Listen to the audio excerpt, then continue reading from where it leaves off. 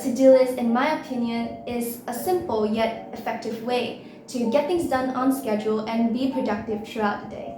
In this video, I want to share with you guys how I create and use my to-do list in Notion. But if you don't use Notion, don't worry, because most of the concepts in this video can be applied to handwritten to-do lists as well. So pick and choose any information you need. I will also be sharing how I organize my future tasks later in the video that has helped me plan ahead. The to-do list is separated into two sections, the priority section and the backup section. We will talk about the priority section first.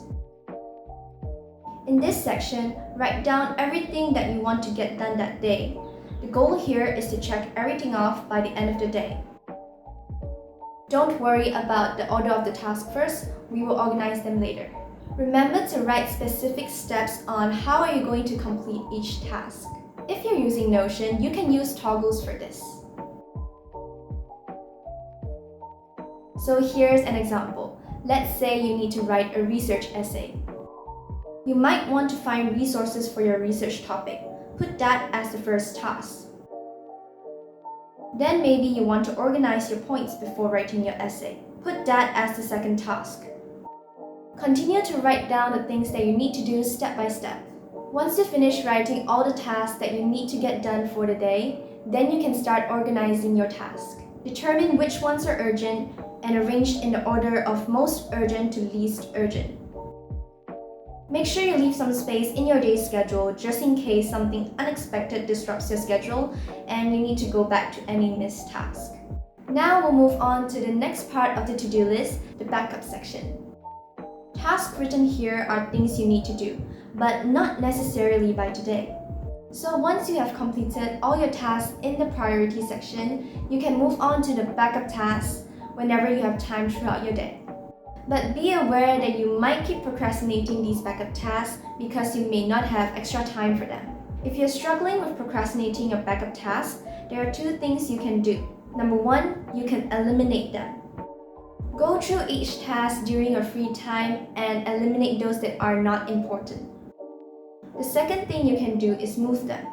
If those tasks does really matter to you, then start moving them into your priority section. Or alternatively, you can schedule those tasks in the later table.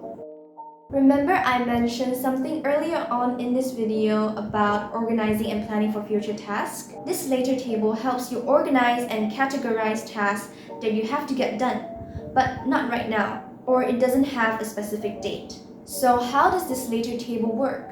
First, write your task in the event/task column.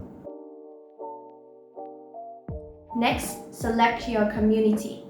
There's work, friends, family, personal, academics, and creative/learn.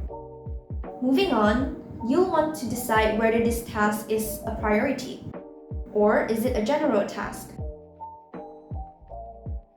Then, you can select a date for the task.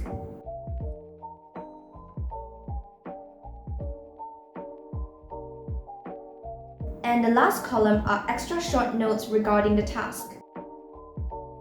If your notes are really long, just move your cursor to the event/task column and you should see an open S page selection. Click on it and you can write your notes inside that page.